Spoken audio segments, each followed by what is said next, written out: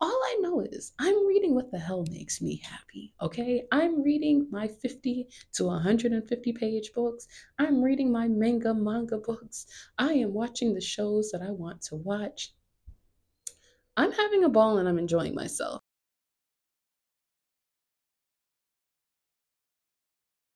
Welcome back to my channel. If this is your first time, go ahead and hit the subscribe button, okay? Because I'm dropping book reviews, twice a week now. You get to see me get poked by a plant that's artificial as hell and that's always trying to beat my ass. I'm not even in this room all the time. Let me just scoot over because I can see now me and this plant are going to end up squaring up. We've never had this issue before, but I see this is a first time thing. There's a first for everything, all right? I'm in my all black today. I don't got my all black like Air Force Ones on. But me and this plant could really I could show it my superpowers. So listen, this book is titled There's a Giant Trapdoor Spider Under Your Bed. It is part of the Dark Corners collection. It is by Edgar Cantero. The book is 24 pages. It's available with Kindle Unlimited, as well as the Audible audiobook. It came out September 27th of 2018. The book summary is the thrill of a sleepover becomes sheer terror as kids voice their greatest fears into existence in this cheeky, vividly cinematic tale by New York Times bestselling author Edgar Cantero. Lights out. It's bad enough that it's venom dripping. Oh, Jesus Christ. I don't even know what the fuck this word means. I can't even sound it out.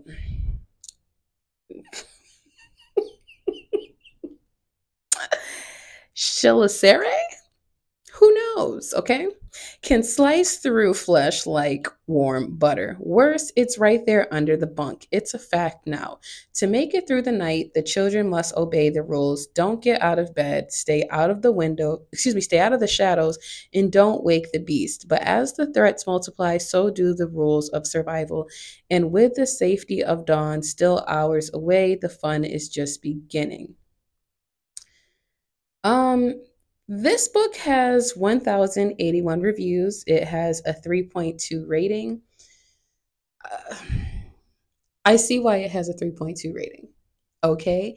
And for the people who enjoyed it, those are probably the people who like to go camping and they like to sit around by the campfire and tell old tales about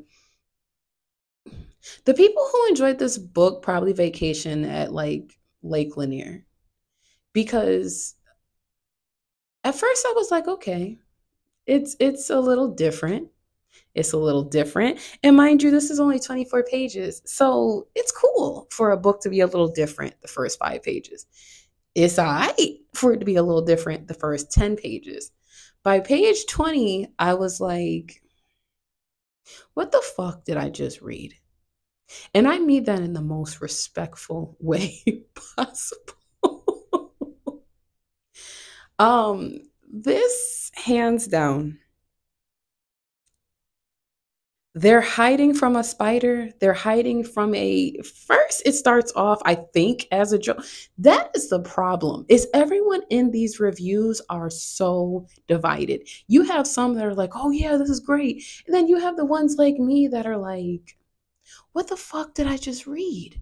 Like, was the spider real? Was it just a fictionary thing? Like, was this all like is it that the kids were, you know how kids get, we were all kids. You know how like at first it starts off like, I'm the school teacher and all right class, I'm leading you guys outside, and whole time you're standing in the bedroom still or you're standing in the living room still.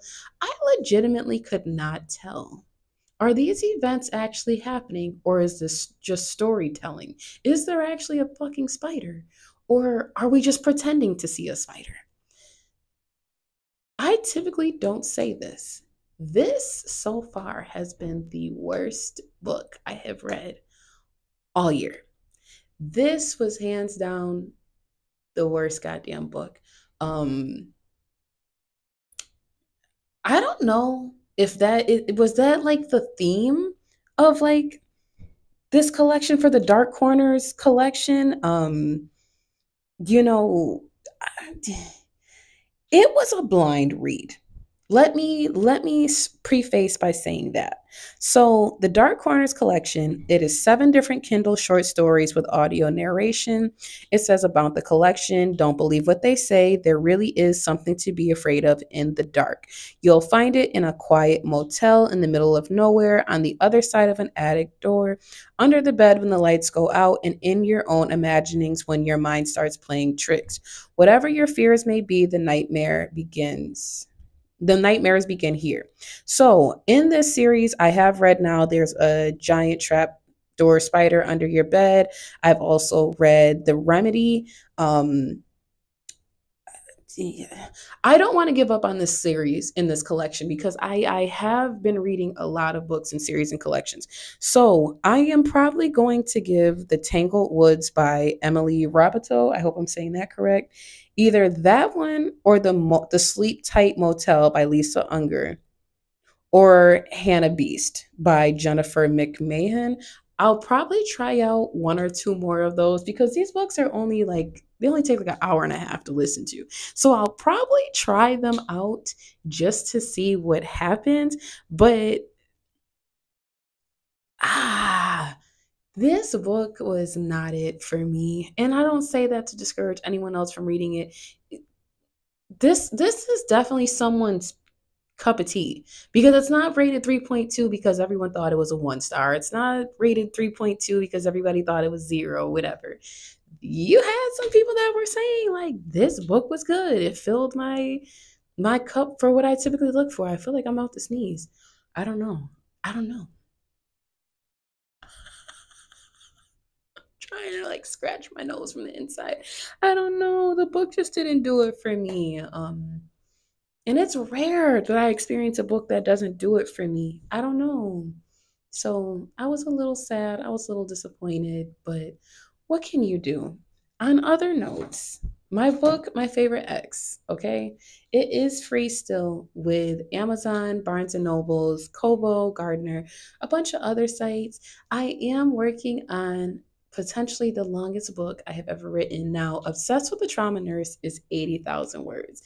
I was proud of myself for that because I want to have a mixture of shorter books. My favorite X is all of maybe 50 pages. It's not super long. It is a short story. But I do want to have a mix of longer books. Like I do have some series like my The Pastor in Temptation is 3 different parts. And then I have like my spin-off that I released as well for Lyric and Rashida.